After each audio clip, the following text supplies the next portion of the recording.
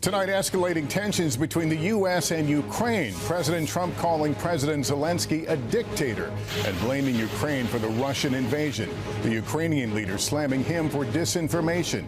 The rapidly deteriorating relationship between once key allies and what it all means for the war. Our Richard Engel is on the front lines. At least 2 killed when a pair of single-engine planes collided in the sky in Arizona. Charred debris left scattered on the runway. What we're learning about the latest fatal aviation accident. Elon Musk's Doge employees now working inside the Pentagon as NBC News reports the defense secretary may dismiss top military generals. The showdown and fallout over mass firings 1 month into Trump's presidency. The dangerous winter storm sending temperatures plunging below zero. Cars out of control in Tennessee. Rescues from freezing water in Virginia. Parts of the South under states of emergency. Just in, the new ruling in the Idaho college murders, the evidence allowed in. The arrests in a string of burglaries targeting celebrities and pro athletes, including Kansas City Chiefs star Travis Kelce and Patrick Mahomes. And there's good news tonight. The mother-son duo making history on the basketball court. This is NBC Nightly News with Lester Holt. Good evening and welcome. The world has been virtually turned upside down in the long-running war between Ukraine and its Russian invaders, with American President Trump sharply turning against Ukrainian President Zelenskyy. In a social media post, Trump labeling Zelenskyy, who is the democratically elected leader of Ukraine, a dictator, and inaccurately accusing Ukraine of starting the war, which even Trump's former vice president publicly called out as untrue. The U.S. has spent billions in military assistance helping Ukraine fight back against the Russian aggressors. The U.S. now engaging Russia in high-level peace talks, looking to reset relations, with Zelenskyy now accusing Trump of being in a Russian disinformation bubble. Our Richard Engel visited the front lines of the war today and reports now from Ukraine. President Trump went on the attack today against Ukraine's President Zelenskyy. In a social media post, Trump called Zelenskyy a dictator without elections, continuing with what seemed like a naked threat. Zelenskyy better move fast or he's not going to have a country left. In the meantime, we are successfully negotiating an end to the war with Russia. It's a pattern. On Tuesday, President Trump blamed Zelenskyy for starting the war, even though it was Russia that invaded Ukraine 3 years ago. You should have never started it. You could have made a deal. President Zelenskyy isn't taking it quietly. He said President Trump is in a disinformation bubble, suggesting he's following Russian propaganda. Former Vice President Mike Pence weighed in, posting, "Mr. President, Ukraine did not start this war. Russia launched an unprovoked and brutal invasion, claiming hundreds of thousands of lives. The road to peace must be built on the truth." This is far more than just a war of words or a clash of personalities. Ukrainian troops depend on American support to defend against daily Russian attacks. Without U.S. help, Ukraine would struggle to keep the Russians back. Out here in eastern Ukraine, the fighting is relentless, with Russian drone and missile attacks coming almost constantly, especially when the weather is clear like today. But now Ukrainian troops say they have perhaps an even bigger problem, wondering whether they still have support from Washington. Ivan, who under army rules only gave his first name, commands a tank brigade on the outskirts of Kharkiv. Does it feel like decisions are being made about Ukraine without Ukraine's input? Yes, this is exactly the feeling we have, he said, adding, it does influence the mood. It's very demotivating. And Richard joining us now from Ukraine. Richard, has President Putin weighed in on this at all? He did for the first time today, and Putin seems to be very happy with the way things are developing. He described the negotiations with the Trump administration so far on Ukraine as friendly and going well. He said it would be a pleasure to meet with Donald. That's how he referred to him. So far, no date has been announced. Lester. All right, Richard Engel, thank you. Tonight, federal authorities are investigating another deadly aviation incident, this time a collision between 2 small planes in midair that left at least 2 dead. Jesse Kirsch now with late details for us. This was the scene in rural Arizona today. Charred debris littering this airport outside Tucson after a deadly midair crash this morning. Small aircraft fully involved in the fire. According to the NTSB, just before 8:30 a.m. local time, two small private planes, a Lancer and a Cessna, were flying near the Marana Regional Airport when they collided midair. The FAA says 2 people were on board each aircraft. And while federal investigators say the Cessna landed uneventfully, the Lancer crashed, catching fire. Local officials confirm 2 people are dead. Both planes were flying over what's known as an uncontrolled field that has no air traffic control tower. Small airplanes go in and out of uncontrolled fields frequently. They depend on radio positions to tell each other where the airplanes are, and also visually to watch out for other airplanes. Similar to driving a car, you look outside to make sure you don't hit anything. This has been a troubling year for American aviation. Last month, 67 people were killed when an American Airlines jet and a military chopper collided over Washington, D.C. Then earlier this week, a Delta airliner flipped over as it landed at Toronto Pearson International Airport on Monday. At least 18 people were injured. And tonight, officials say efforts have begun to remove the plane from the runway, which should improve traffic delays at one of North America's busiest airports. Jesse Kirsch, NBC News. In Washington, the Pentagon is expected to be the latest target as the Trump administration works to reshape the federal workforce. Here's Peter Alexander.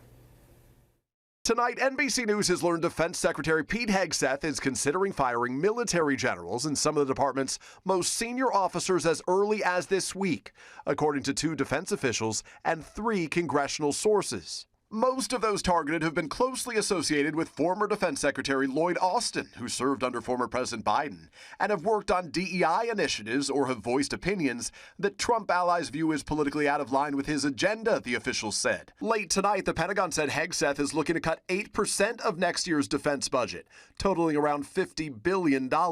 It comes as Elon Musk's Doge employees are now working inside the Pentagon, according to senior officials, eyeing staffing cuts there.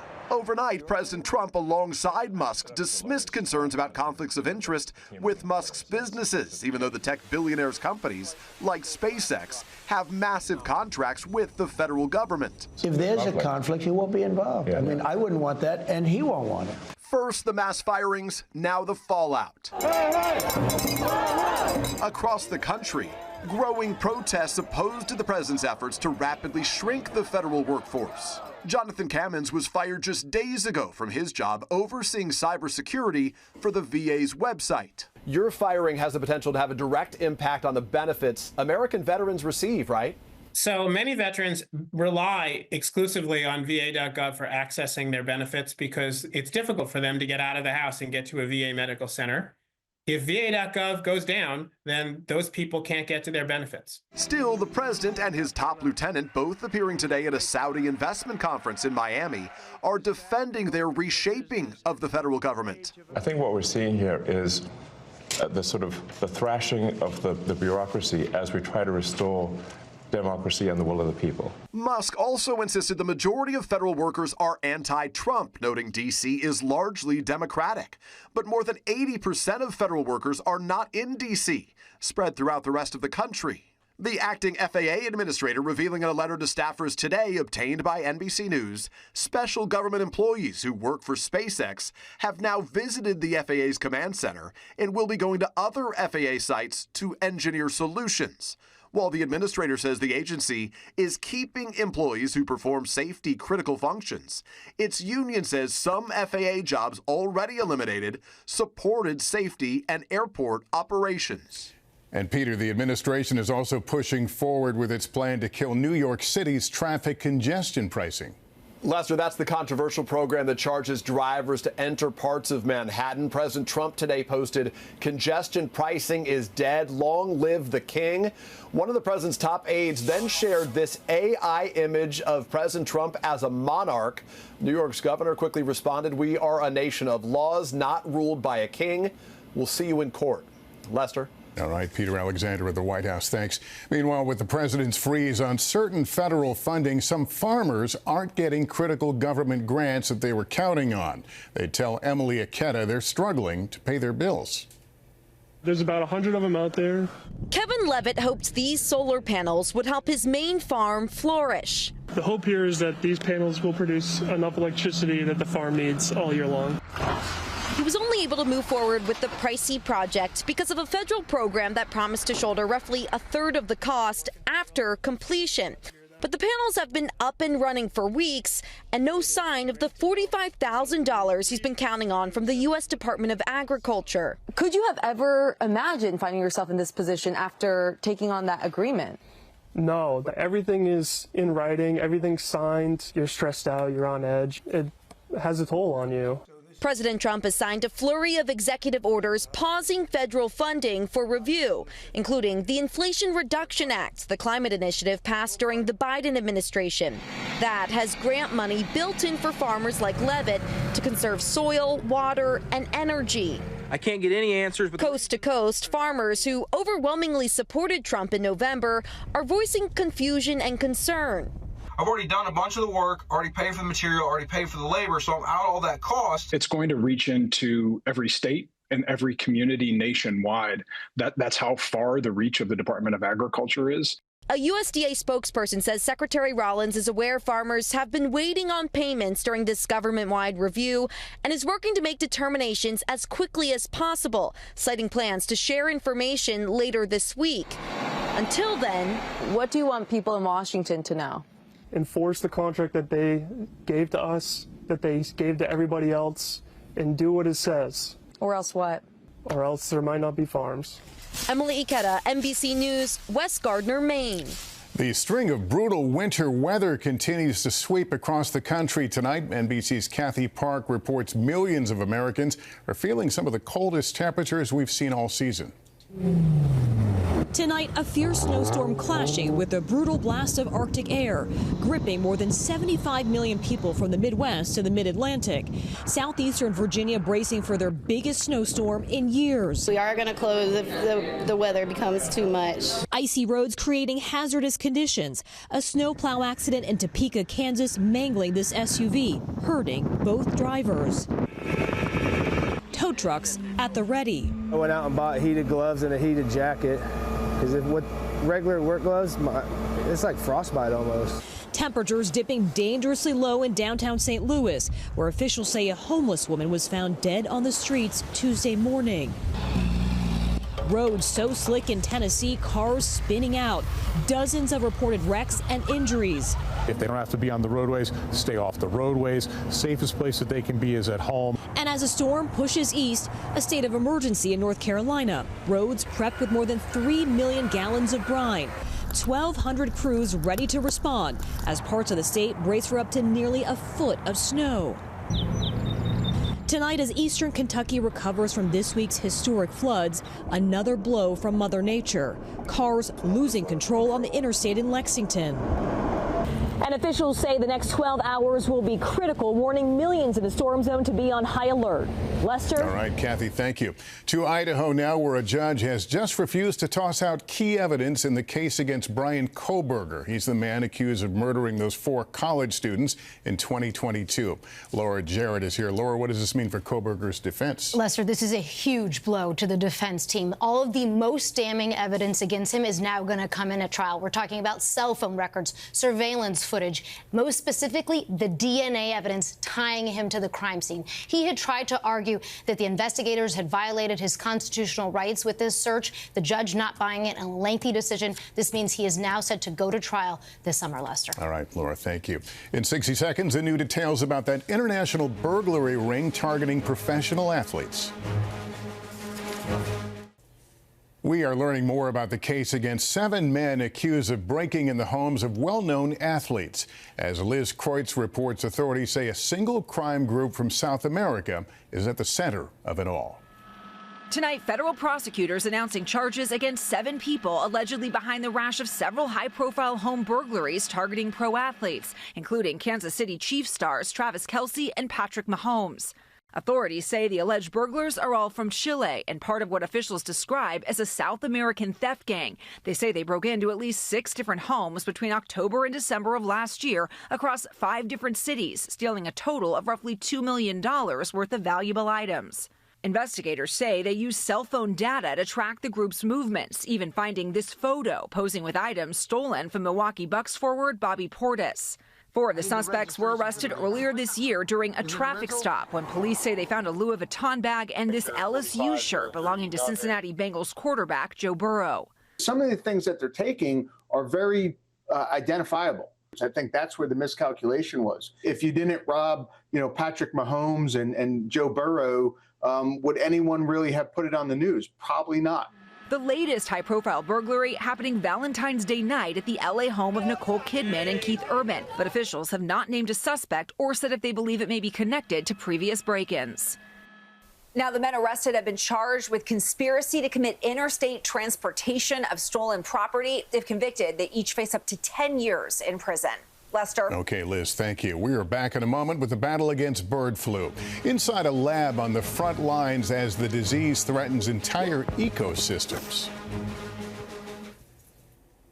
Since 2022, a severe form of bird flu has been circulating among wildlife in the U.S., leading to outbreaks among poultry and even some human cases.